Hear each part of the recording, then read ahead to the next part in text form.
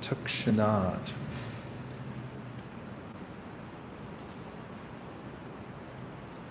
First do the word for word. Dharma, religiosity. Projita, completely rejected. Kaitava, covered by fruit of intention.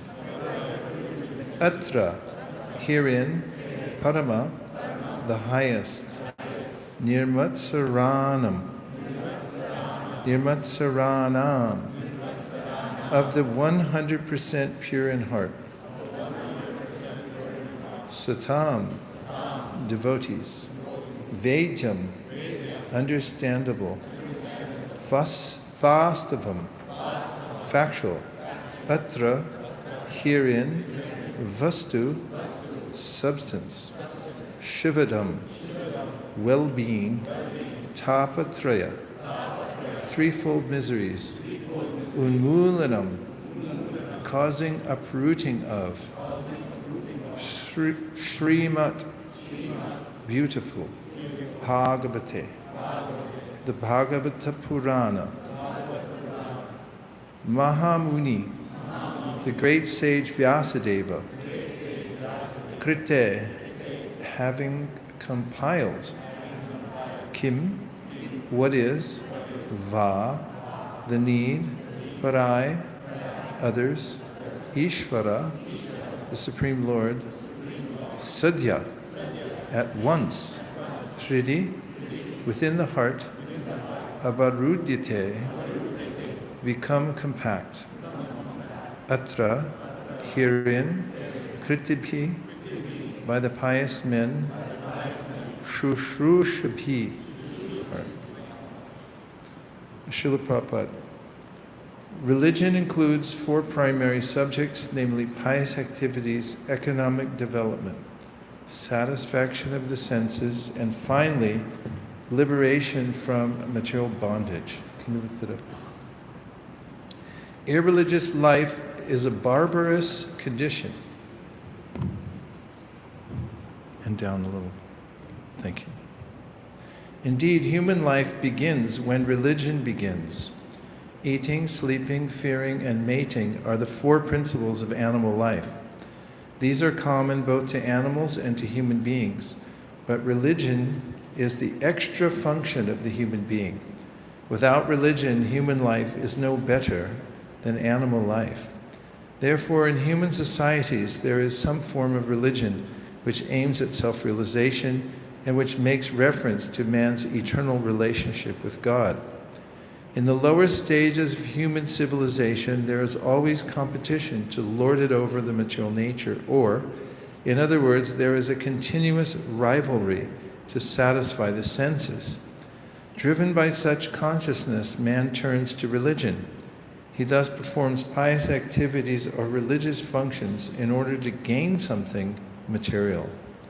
If such material gains are obtainable in other ways, then so-called religion is neglected. This is the situation in modern civilization. Man is thriving economically, so at present he is not very interested in religion. Churches, mosques, or temples are now practically vacant. Men are more interested in factories, shops, and cinemas than in religious places which were erected by their forefathers. This practically proves that religion is performed for some economic gains. Economic gains are needed for sense gratification. Often, when one is baffled in the pursuit of sense gratification, he takes to salvation and tries to become one with the Supreme Lord. Consequently, all these states are simply different types of sense gratification. In the Vedas, the above-mentioned 4 activities are prescribed in the regulative way so that there will not be any undue competition for sense gratification. But Srimad Bhagavatam is transcendental to all these sense gratificatory activities. It is purely transcendental literature, which can be understood only by the pure devotees of the Lord who are transcendental to competitive sense gratification. In the material world, there is keen competition between animal and animal, man and man, community and community, nation and nation. But the devotees of the Lord rise above such competitions. They do not compete with the materialists because they are on the path back to Godhead, where life is eternal and blissful. Such transcendentalists are non-envious and pure in heart. Excuse me. In the material world, everyone is envious of everyone else, and therefore there is competition. But the transcendental devotees of the Lord are not only free from material envy, but are well-wishers to everyone, and they strive to establish a competitionless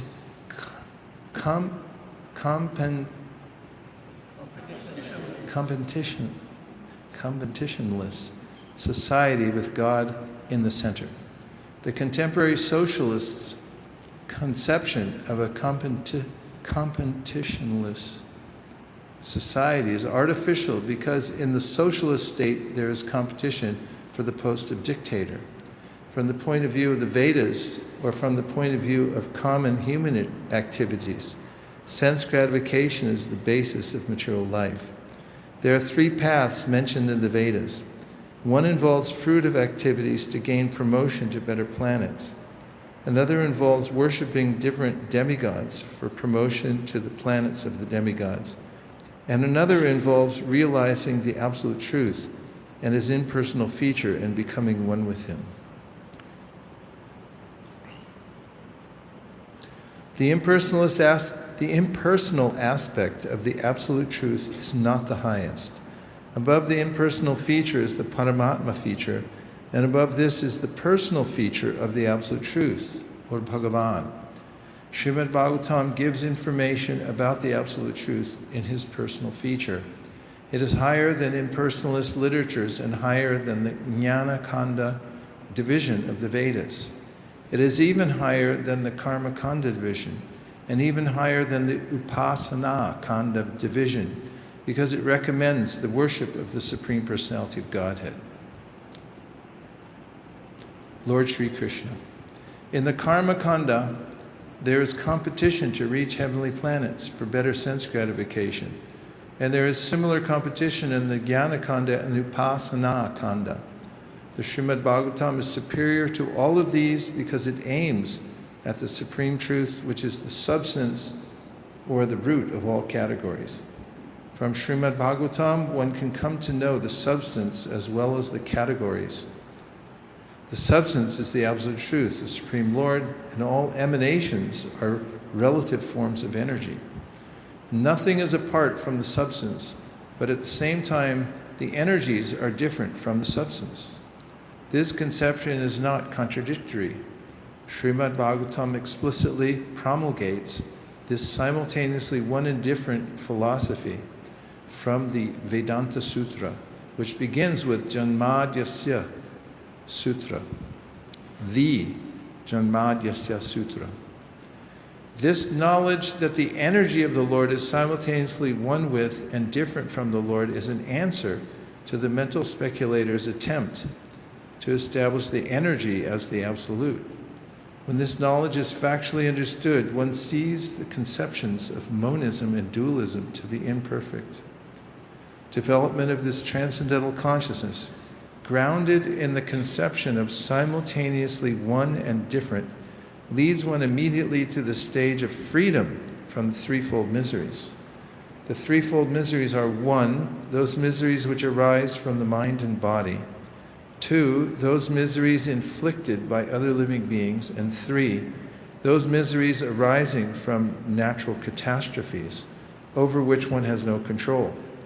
Srimad Bhagavatam begins with the surrender of the devotee unto the absolute person. The devotee is fully aware that he is one with the absolute, and at the same time in the eternal position of servant to the absolute. In the material conception, one falsely thinks himself the Lord of all he surveys, and therefore he is always troubled by the threefold miseries of life. But as soon as one comes to know his real position as transcendental servant, he at once becomes free from all miseries. As long as the living entity is trying to master material nature, there is no possibility of his becoming servant of the Supreme. Service to the Supreme Lord is rendered in pure consciousness of one's spiritual identity. By service, one is immediately freed from material encumbrances. Over and above this, Srimad Bhagavatam is a personal commentation on the Vedanta Sutra by Srila Vyasadeva. It was written in the maturity of his spiritual life through the mercy of Narada. Sri Vyasadeva is the authorized incarnation of Narayan, the personality of Godhead. Therefore, there is no question as to his authority. He is the author of all other Vedic literatures, yet he recommends the study of Srimad Bhagavatam above all others. In the Puranas, there are different methods set forth by which one can worship the demigods, but in the Bhagavatam only, the Supreme Lord is mentioned. The Supreme Lord is the total body, and the demigods are the different parts of that body. Consequently, by worshiping the Supreme Lord, one does not need to worship the demigods. The Supreme Lord becomes fixed in the heart, and the devotee the Supreme Lord becomes fixed in the heart of the devotee immediately. Lord Chaitanya Mahaprabhu has recommended the Srimad Bhagavatam as the spotless Purana and distinguishes it from all other Puranas. The proper method for receiving this transcendental message is to hear it submissively. A challenging attitude cannot help one realize this transcendental message. One particular word is used herein for proper guidance. The word is shushushu. One must be anxious to hear this transcendental message. The desire to sincerely hear is the first qualification. Less fortunate persons are not at all interested in hearing the Srimad Bhagavatam. The process is simple, but the application is difficult.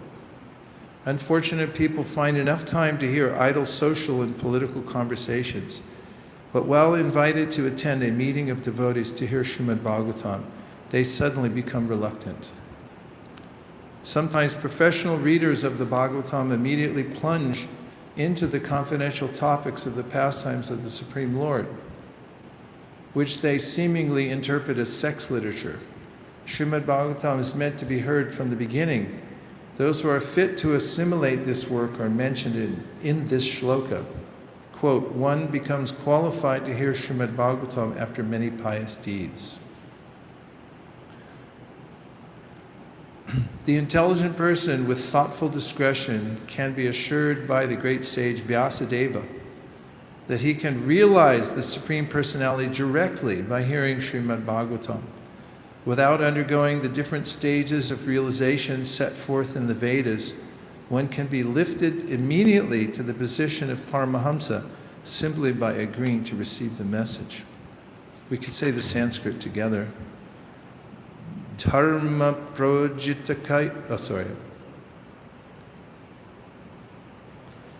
Dharma projitakaita votra paramo nirmatsaranam satam Vejam vastavamatra vastu shivadam tapatrayun mulanam Srimad Bhagavate Mahamuni Krite Kimva Prayerishvara Sadhya Varutyate Kritibi Sushrushabhistakshana.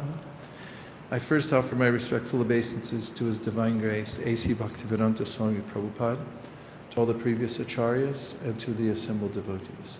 Vansha kalpatarubhascha kripasindhave evacha patitanam bhavanebhyo Vaishnavebhyo namo namaha. I'd also like to express my deep gratitude to His Holiness Bhakti Marg Swami.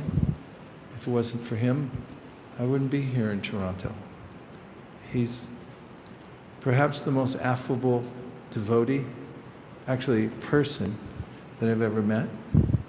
Creative in the extreme and makes people want to come and join the Krishna consciousness movement because it's creative and done enthusiastically, especially when you're in His Holiness's presence. Thank you, Maharaj, for all you've done for me and what you're doing for everyone in the world in the Krishna conscious movement.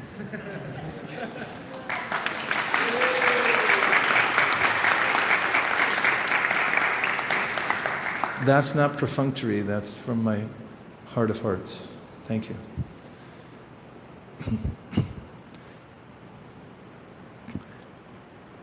Well, there's a lot in this verse. It's such an appropriate introduction to the whole book. We can look at a few parts. So we have several days to discuss, which is a great luxury to have the opportunity to go day after day into the Bhagavatam and realize its glories and appreciate them, as well as the approach. Shushusho, as Prabhupada pointed out, means to have an eagerness to hear. And then he says that this is the symptom of advancement in devotional service. This is a verifiable symptom. Jiva Goswami says as much as well in his Sandarbha, that you can judge how advanced you're becoming by how eager you are to hear. Prabhupada also notes in the purport we just read that when one begins to speak the Bhagavat, some people become reluctant to hear. They have a natural aversion to hearing because their ears are tuned to those sounds which are infused with the three modes of material nature. And when one is in such a condition, one's naturally inclined, in fact impelled, to hear sounds that are of the same nature. We also heard in the purport that by hearing the Srimad Bhagavatam, even if one might be slightly reluctant, then there's a natural purification of heart. We know this from the paragraph that Prabhupada quoted on the Jaladuta when he was coming to America, Tato Jaya Mudirayat, under the umbrella of this phrase that we chant in Narayanam Namaskritya, that the very means of conquest will be the Srimad Bhagavatam. Prabhupada then expresses it by quoting Shushusho Sharadhanasya Vasudeva Katarachi Syan Mahat Sevya Vipra Punya Tirtana Shevana Shinvatam Swakata Krishna Punya Shravana Kirtana Hridyan Taksto Hyabadrani Vidunoti Suritsatam Nashta Prayeshu Bhadreshu Nityam Bhagavata Sevaya Bhagavat Yuttama Shloke Bhaktir Bhavati Naishtaki Bhakti Yogata Bhagavat Vijnana Mukta Sangasya Jayate Vidyate Hridaya Grantis Chijante Sarva Samshaya Shiyante Chasya Karmani Drishta Eva Manishvare. And then Ato Vai Kavayo Nityam Bhaktim Paramaya Muda Vasudeve Bhagavati Kurvantyatma Prasadanim. The last verse, I'll go backwards. Last verse says that devotees take great joy in hearing this. It's their source of pleasure, source of happiness. And we find also that Parikshit Maharaj, when he was hearing from Shukadev, mentions, this is in the 10th canto, that although I'm fasting and I'm also not sleeping, normally one might be tired or thirsty. Said, Chutam Harikatamritam. Chuta means to fall, and Harikatamritam means the nectar of the topics of Hari. But because the nectar of the topics of Hari are falling from your mouth, I'm drinking that. And therefore, I'm not tired and I'm not thirsty. There's real enjoyment in hearing the Srimad Bhagavatam. And then going backwards into the paragraph, or starting from the beginning, it's a mention that one gains an impetus to hear if one renders service. When one does service to great souls, says Sutta in this verse, great service is done. And by such service, one gains an affinity for hearing. Then, once one takes to the process of hearing, Everyone knows the verse, Shrinvatam Swakata Krishna Punya Shravana Kirtana. That process is in and itself spiritual activity, which brings one good fortune. What's more, Vidunoti Suritsatam, Krishna is a surit, he's the friend within the heart. And he appreciates that one is lending one's ear to hearing topics about him, topics that he's interested in hearing, because after all, the Bhagavata is about his relationship with his devotees. And he helps, Vidunoti means to sort out. He sorts out or winnows out those lower desires and urges within the heart, so that gradually, nashta prayushu abhadreshu, one may notice an improvement by hearing from Srimad Bhagavatam. And after that progression, there's a point at which, tada, there it is. At this point, one says, I'm noticing it, a recovery, tada rajas tamo bhava, from what? Attraction to the lower modes of material nature.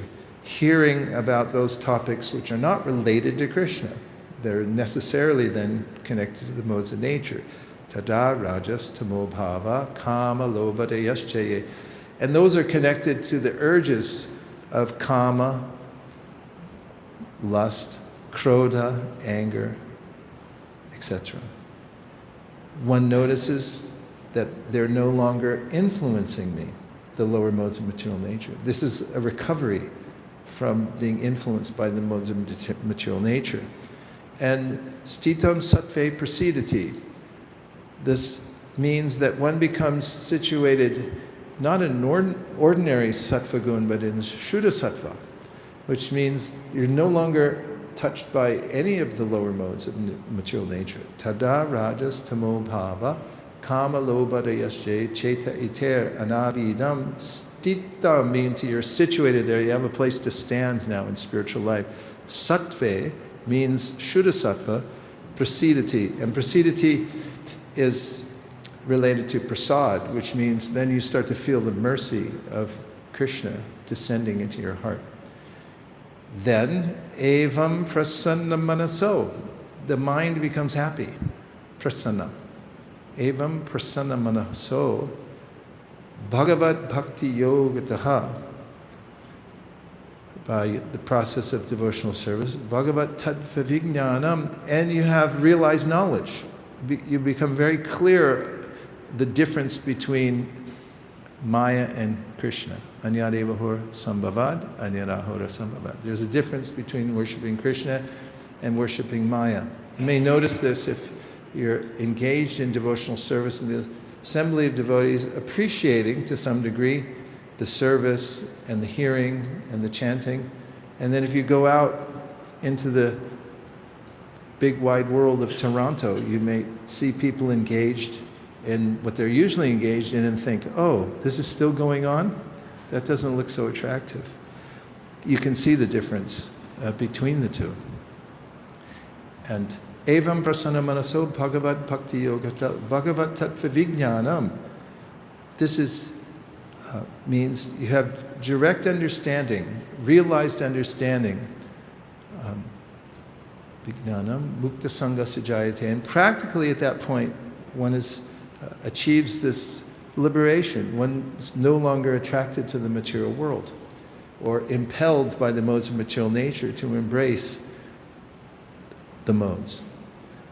Then, vidyate means hridaya grantis chidyante, means there's a complete separation from the living entity's connection to our connection to the material world. Vidyate hridaya grantis.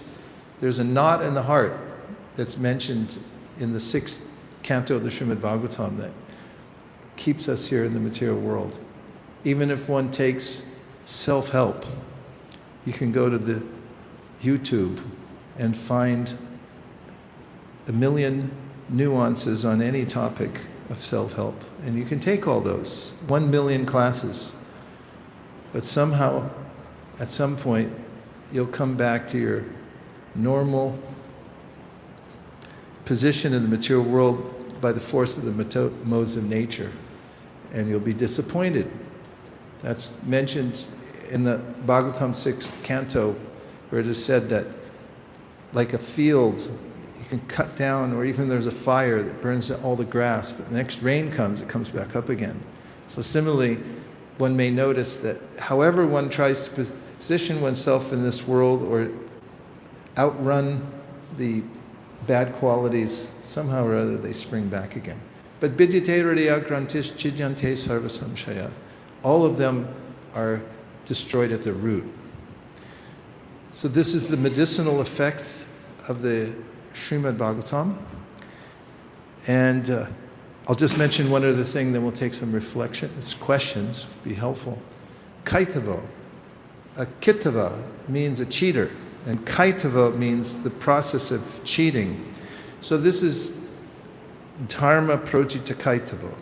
You can say it's a carryover from the Bhagavad Gita, where Krishna says, Sarva dharman parityaja mamekam sharanam braja aham tvam sarva papebhyo mokshayishami masucha. And we say, abandon all religion. It doesn't mean that religious processes are bad or dharma is bad. There are many different kinds of dharma. But it means any dharma that's not connected to Krishna, that the objective of one's enactment of that dharma isn't to please Krishna. That's all rejected, and that should be given up. And then we come here to the Srimad Bhagavatam that says that here there's only one thing. Dharma swanustita punsam vishvakshena katasuya notpada yadiratim shrama evi kevalam. If your dharma, whatever you're doing, wherever you're planting your flag and saying, this is what I do for righteousness, if it doesn't lead to an enhanced desire to hear about Krishna, to serve Krishna, then this is kaitava dharma, it's cheating. And the Bhagavatam doesn't mince words. It says, Shrama eva hi kevalam, 4 in a row. Means absolutely, positively, without any question, a waste of time. Shrama means it's just useless labor. So, coming out of Bhagavad Gita, we now have, you're entering into the place where there's no cheating. Meaning, you're not cheating yourself, you're not a cheater, and you're not being cheated. And who's it available to? Those who are nirmatsaranam, which means it's an extraordinary claim. I mean, those who are not envious. 100%, Prabhupada said here, not envious. If you've ever thought about what it would feel like to be 100% non-envious, well, it would feel like you're in the spiritual world. Because it's the natural mode here in the material world. Icha, dvesha, samutena, dvandva mohena bharata, sarva bhutani sammoham, sarge yanti parantapa. Prabhupada mentioned in the purport, it's a match with the verse from the Gita, that everyone's born into that sense of icha, dvesha. Envy means, icha means desire to attain some status here in the material world. And dvesha means aversion to other people having a status. Why should they have it? Only I should have it. Or in fact, let's make it like this. Only I should live. Everyone else should die. That's why people kill animals. Prabhupada said it's out of envy. What does it mean? It's like, I'm walking here. Only I should walk here. Everyone else who has feet, their feet should be cut off. Let them all die. Only I should walk on this path here. So, how would one become free from envy? By being fully satisfied. Those who realize that by worshiping Krishna, they become fully satisfied. And they needn't covet what other people have, whether it's their position or their expertise or their beauty or whatever it is. One who realizes one's own beauty as the servant of Krishna, and that the more one serves Krishna, the more beautiful one becomes, the more satisfied one becomes, isn't worried that there's not enough to go around, and that if somebody else is exalted, then I'll look small.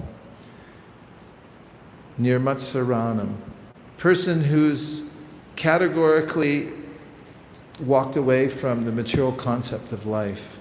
Is no longer enamored of one's material position, body, etc. Can enter in here. So one might say, though, I'm not qualified. When Lord Chaitanya Mahaprabhu put on a play, he invited his eternal associates to engage in the play. He said the only qualification is you have to be completely free from any material desire. And so suddenly some of the devotees are saying, well, I can't participate. So one might say, of course, Chaitanya Mahaprabhu said, no, of course you can participate. You're all eternal pure devotees. But one might think, well, how might I enter into the Srimad Bhagavatam? And that's a question Prabhupada asked on the Jaladuta. How will people be able to receive this message? Because they're so enamored of the modes of material nature and their ways of life. So Prabhupada introduced it a step at a time. And as devotees gathered to hear, they became purified. So if one can appreciate that the Srimad Bhagavatam has the power to overcome the modes of material nature, envy, which create this sense of envy in the material world, and fear, and all the other base qualities that come from illusion, then one might take it as medicine. And that's mentioned in the 10th canto of the Srimad Bhagavatam. Nivritta tarshar upagiyamanas bhavaushadach chotra mano biramat ka uttama shloka ganan vardat puman virajeta vina pashugna, which contains the word aushadhi. Aushadhi means kind of medicine. So this is where we can appreciate the sadhana bhakti of hearing Srimad Bhagavatam. One may say, I'm not qualified, I can't enter, I'm not nirmatsaranam. So that's okay, you take it as medicine. And one might say, the people I'm distributing to, they don't even know what it is. Well, how are they going to know what it is if you don't give it to them? Prabhupada once said that. When the devotees are saying, we're going to preach, they're not interested. Prabhupada said, that's why you go preach. Otherwise, how would they become interested? Unless you tell them. They're all open to suggestion. You just have to speak it. Therefore, we're a culture of the Bhagavat. And very particularly, Prabhupada brought it to America, or he said it brought him. And he painstakingly made sure that all the volumes were going to be available. And even after Prabhupada left, he made sure someone else who was trained by him, who could carry the same message, would be able to translate it. Krishna made all those arrangements. He sent Pradyumna, he sent Sri Dayananda Maharaj, others who were qualified, who had heard from Prabhupada sufficiently, were able to read through the commentaries of the acharyas and give the summary all the way through, what to speak of the tenor of Srila Prabhupada's voice, whom they had heard from for many years. Therefore, we have this greatest treasure. We have the daily process of hearing Srimad Bhagavatam in association with devotees. And of course, we're also distributing it. So we can be very sure of its efficacy, not only for ourselves advancing in devotional service, but also in bestowing it upon other people and helping them to come into the culture of Srimad Bhagavatam. Nothing else will solve problems. Everything else is a stopgap measure to solve the problems of the material world. But if one gets on a regular diet of hearing Srimad Bhagavatam on a daily basis, and of course chanting Hare Krishna, then naturally the impediments to one's sanity will diminish. What to speak of, one will become happy by hearing it. Those are some preliminary comments, and we have 14 minutes left. If you would like to ask a question that you think would expand the conversation or take it in the right direction, in a better direction, then please feel free to ask.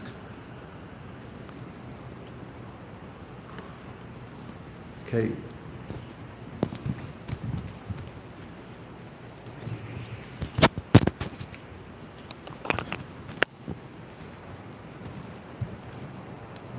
Hare Krishna Prabhu, thank you. Prabhu, I have a question. That Srimad Bhagavatam, that Srila Prabhupada in the translation in this slokas, they quote maturity. Vyasadeva wrote this Srimad Bhagavatam in his maturity stage. Oh, Vyasadeva in his maturity. Yeah. Yes.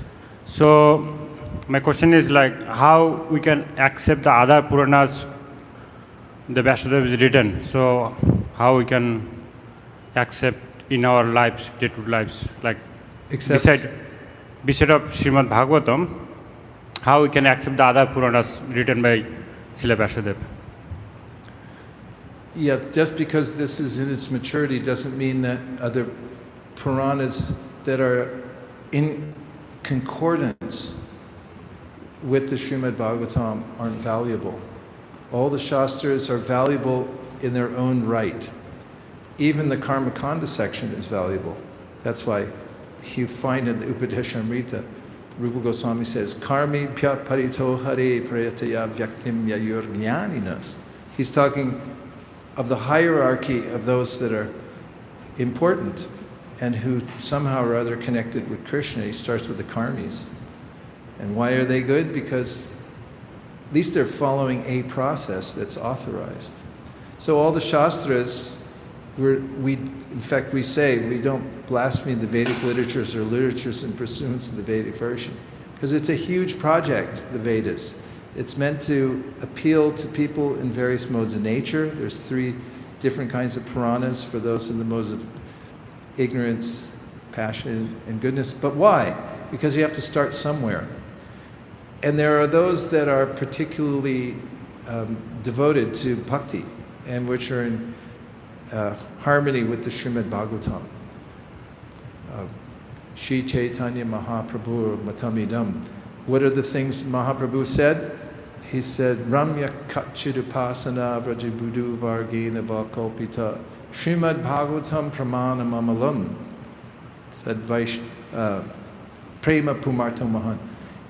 He mentions, this is from the Chaitanya Manjusha, but this verse summarizes those directives of Sri Chaitanya Mahaprabhu. And one of them was that Srimad Bhagavatam is the perfect Purana.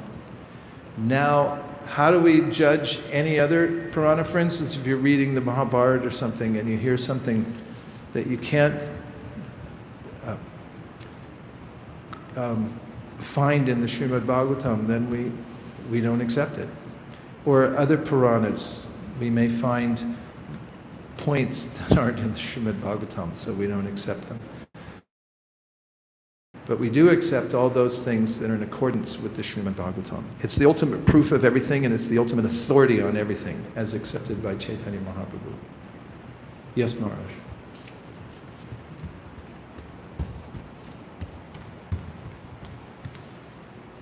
Since the Srimad Bhagavatam or Bhagavat Purana is the mature fruit of Vyasa's work, what would be the need to search for other Puranas if everything's there?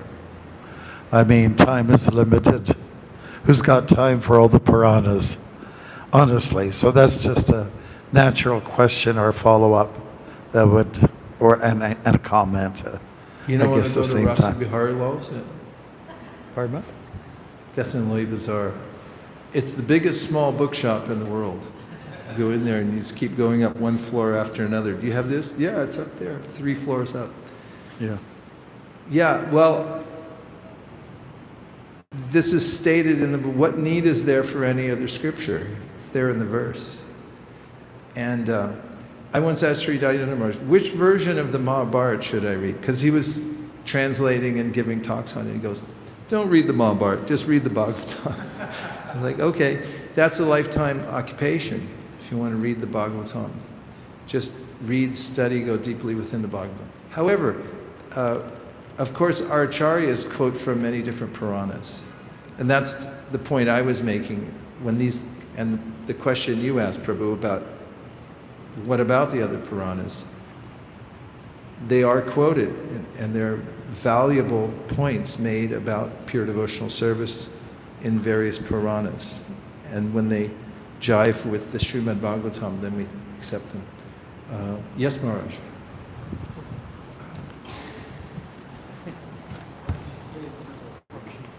Haribol. Yes, so Prabhupada does make reference to the Mahabharata, the Ramayana, in the purport of the Bhagavad Gita, chapter 17, text 16. And we just wrapped up our readings, chapter 17 this morning, after the Mangalarti. So there he was, Prabhupada is giving credit to immersing yourself in the tales, the pastimes that are there in the Mahabharata, for instance, especially in the section where he's talking about how to discipline the mind control, And if you immerse yourself in these beautiful pastimes in the Mahabharata, that is everything that you could imagine, political intrigue, all that's shady in the palace, romance, everything is there, and plus devotion. So it's, Prabhupada is just giving merit to the Mahabharata, for instance, as instead of reading other literatures that's all out there, popular, like part of the pop culture, he's recommending that we can take some time, to look at these other, yes, certainly epics. Yeah, point well taken.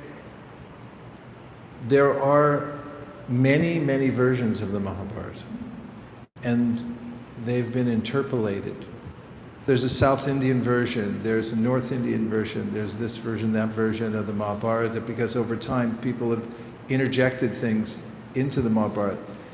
So in the case of hearing the Mahabharata, one then might, first of all, put it aside. What about the Bhagavad Gita? That's in the Mahabharata. If it's interpolated in various ways, what should we do about that?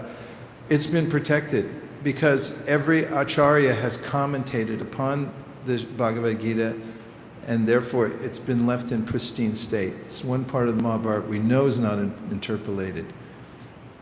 Other parts, the suggestion is if it is in accordance with, in harmony with the Srimad Bhagavatam, and Prabhupada goes out of his way in his purports to bring out parts of the Mahabharata that are, obviously, he brings them into the fold of his commentaries. And there are sections that are parallel with the Mahabharata.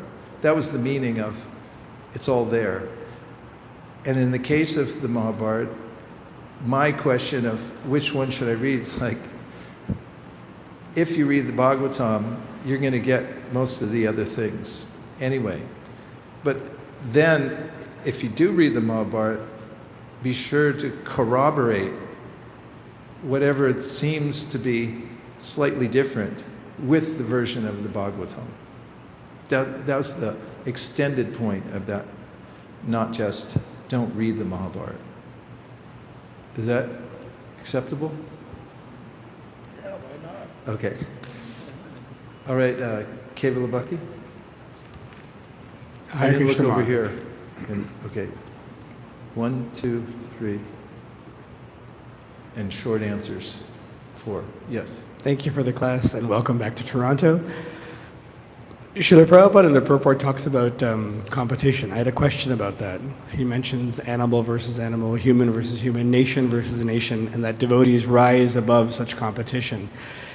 So my question is, often devotees struggle with this. If there is a devotee who's living in a war-torn country, or if elections sweep through a nation, devotees can get swept up in this, or even in devotional service, we can find ourselves kind of leaning towards baser instincts of seeking competition, not in a devotional way, but more seeking power, prestige, whatnot. So my question was, what do we do in those situations if A, you find yourself caught in this type of, being swept up in this type of competitive nature, and B, what can we do if we see other devotees being swept up in the same fashion? Well, A, gravitate towards those who have a higher taste for hearing and try to join their sangha so you can hear and serve in the way they're doing. And B, invite those people to programs, because everyone needs a safe place to land. Otherwise, what you get is a default mode of the old grimy, chewed up, already been chewed again and again modes of material nature. So that's what we try to do. That's what Prabhupada did, is creating all these centers for hearing and chanting. And it's no competition for the extravaganzas of the material world. I'm just reading with Nirkula a lot of the Prabhupada books, and you find the early days people went out of their way to try to find the extent of material enjoyment through drugs and other illicit activities. But when they heard the Bhagavatam in a tiny storefront, they suddenly calmed down and felt themselves improved and not so interested anymore. So that's the solution to any of our problems. If you ever feel an anxiety, chant Hare Krishna. And if you ever feel confused, chant Hare Krishna and read Srimad Bhagavatam. And then invite other people into the fold. And it works. Okay.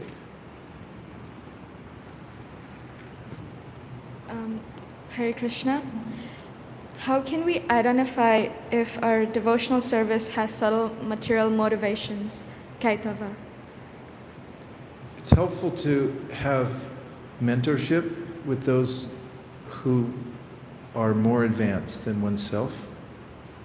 Just as in any discipline, when you're trying to improve, if you want to be a better tennis player, for instance, you have to have somebody watching your foot when you're serving and saying, wait a minute, you're stepping on the line over and over again because you can't see it yourself. So having a guru, for the Sri Chaitanya Charitamrita starts with Vande Gurun Isha Bhaktan. There are many gurus, Vande Gurun. Get a lot of good gurus. Vande Gurun Isha Bhaktan. So that you can check yourself. Somebody who you give permission to point out things. Because generally we're very guarded and we think, yeah, don't tell me anything, I know what I'm doing here. But if you can humble yourself, tasmat gurum prapadyeta jignasu shre uttamam, and go to somebody who you trust and say, please tell me where I can refine myself. And you accept that. That's a mode of life that's the Bhagavata life. Amanidvam, Adambidvam, Ahimsa Shantirarjavam. All those are listed in the Bhagavad Gita and elsewhere, of the mood of taking on helpful criticism so we can improve. Thanks for the question. Okay, I think we can handle a couple more. 1, 2, 3, 2. Hare Krishna Maharaj, thank you so much for your class. In the Nashtaprajva Abhadreshu verse, I was always wondering, why does it say that by regular attendance in classes in the Bhagavatam and rendering service to the pure devotee, all that is troublesome to the heart is almost completely destroyed? Why is it almost, not completely? It's an interim state. So it's a paragraph that's describing the process that you start and then you come to the point of when you're completely clear. And there are various mentions of this interim state in the Bhagavad itself. One says, Jata Krishna, Jata Shara Makatasu Nirvina Sarvakarmasu Veda Dukkha Makankamams Purityage Pranishvara Tato Bhajetamam Prita Shraddha Lorjana Nishchaya Jushamanas Tatam Kamams Dukodarkams Garyam. Krishna says something very encouraging that he said, Jata Shraddha, your faith in Matkatasu, in hearing about me, is awakened. You're also disgusted with material life. You know that all material activities lead to misery, but Pratyagye Pyanishvara means, but you still can't stop it. That's an interim state. Pratyagye means to give up. Pyanishvara, you don't have the strength yet to do it, even though you know what you're supposed to do. So and then he goes on to say, Tato Pajeta Mam Prita Shraddhalorjana Nishchaya. Have faith in the process, that you're taking the right medicine, and continue. So it's a similar point. You're coming to this stage where you're noticing you're improving. You might at some point have had an ailment and then you're given medicine. First few days you take it, how are you doing? Same, no difference. Then on the fourth day, it's like, I think I feel something. I think I feel a little bit better. Then it becomes more pronounced. And then you can say, oh, I'm actually better. It doesn't hurt anymore. And I can breathe again, and so forth. Okay, two more quick ones. Today is the 60th anniversary of the incorporation of the International Society for Krishna Consciousness. Thank you so much for the opportunity to celebrate this day in such a profound way. Hare Krishna. Hare Krishna. It's so consequential. I was just writing something about institutions, because there's this on-off feeling. Some people say, oh, the heck with institutions. And other people say, oh no, you just have to agree to everything the institution says. Institutions, I was writing and thinking about how it's so necessary as a scaffolding for bhakti, and it was the mode recommended by Bhaktivinoda Thakur, Srila Bhaktisiddhanta Saraswati Thakur, and Srila Prabhupada. Obviously, on this day, he signed a document to start an institution. So there's great benefit in that, and also there's a lot of caution. We should have a lot of caution when we go into an institution, because as with any human endeavor, where there's an opportunity for power, as Michel's iron laws of oligarchy state, as soon as you give humans an opportunity to do something good and the power to do it, they start concentrating on the power rather than the good, and they try to consolidate it. So we have to be very, very careful. But we also have to remember that the institution is what's allowing the bhakti to go out to all parts of the world. So both sides have to be there. And last question. Yeah, Guru Maharaj, I was reading yesterday one of the shloka from Chatra Shloka, Srimad Bhagavatam, and it says, when Krishna talking to Brahma, he said, whatever appears to be to any value, if it's without relation to me, has no reality. So we see that there's a lot of speculation, so our world is really unreal. But when it comes to Krishna consciousness, when you practice it, become real, when you use something in Krishna service. Is that all a part of duality as well? When we have God here, and when it's not practice Krishna consciousness, we don't have it. So this is all a part of duality as well? Well, duality is mentioned in the Bhagavata in the definitive verse of the 11th canto. Bhayam dvitiya binibeshu tasya ishad apetasya viparyo smiti tanmaya tam buddha abhajitum bhakyaika yesham gurudevatatma. Dvitiya means two things, that's duality. Dvi, same as English, two. And so what's the problem with the verse you quoted? Is it mentions this. It's the definition of what Maya is. Ritertam yat pratiyeta na pratiyeta chatmani tadvidyaratmano mayam yatabhaso yatatama. As soon as you don't see it in relationship to Krishna, then what you're seeing is Maya. It's the illusory energy. It's a shadow of reality. And so the verse, quintessential verse by Kavi Havi Yogendra in the 11th canto of Srimad Bhagavatam says, from this, fear arises when you think something, we're not connected to Krishna anymore. And then you take on this contrary mentality, which means ishad apetasya, you turn away from God. Viparyayo means opposite. Smriti, your whole motive in life is opposite what it should be. You're thinking, I'm a competitor of God. Well, you're not going to do very well. And then it gives the solution to, and it also defines similar definition of Maya. Ishada petasya paryo smriti tanmaya tat. It comes from the potency for illusion called Maya. That's there. One of Krishna's powers. Maya Buddha Abhajatam Yaikayesham Buddha. Then he gives the solution, which is the last thing I'll say, is that we'll turn back around again. Find someone who can guide you, he said, toward Krishna again, and your problem will be solved. So today's verse is also advocating for this. It says, reality distinguished from illusion for the welfare of all. Isn't that beautiful? In fact, for many years, I used to sell books using this line. I'd approach somebody and say, this completely rejects all material activities that are material motivated, propounds the highest truth, which is reality distinguished from illusion for the welfare of all. Such truth uproots the threefold miseries, etc. And people just go, really? Okay, I'll take it. So I recommend you memorize this verse or use it. You can read it off a card when you give somebody a book and you can read that. But if you can't do the whole thing, if you don't have time, or they don't have time, you can just tell them it's reality distinguished from illusion for the welfare of all. That's such a beautiful statement, for the welfare of all, reality distinguished from illusion. And that's really our mission. Because, frankly, although we like Toronto and everything like that, people are totally messed up here. They got it all wrong, and they're suffering. So we have to distribute Srimad Bhagavatam and make sure that they get it right. Dear Srila Prabhupada, dear Sri Chaitanya Mahaprabhu, Shri Shri Panchatattva, Shri Shri Gaurnitai, Shri Shri Radhakir Chor Gopinath, Shri Shri Jagannath Baladev Subhadra, if you so desire, please empower us to hear the Srimad Bhagavatam every day for the next 10 days and feel inspired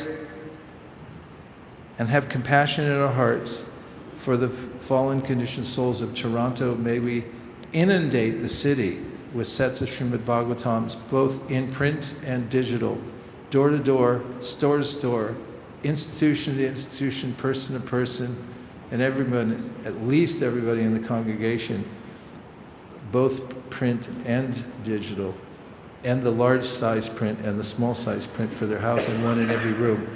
Thank you for considering our request. Om Tat Sat. Everyone agrees with this prayer in whole or in part. Please say Hare Krishna. Hare Krishna. Vanchakalpadabhishcha kripasindhabhevacha patitanam pavanebhyo vaishnavebhyo namo namaha nantakoti vaishnaviniki jai.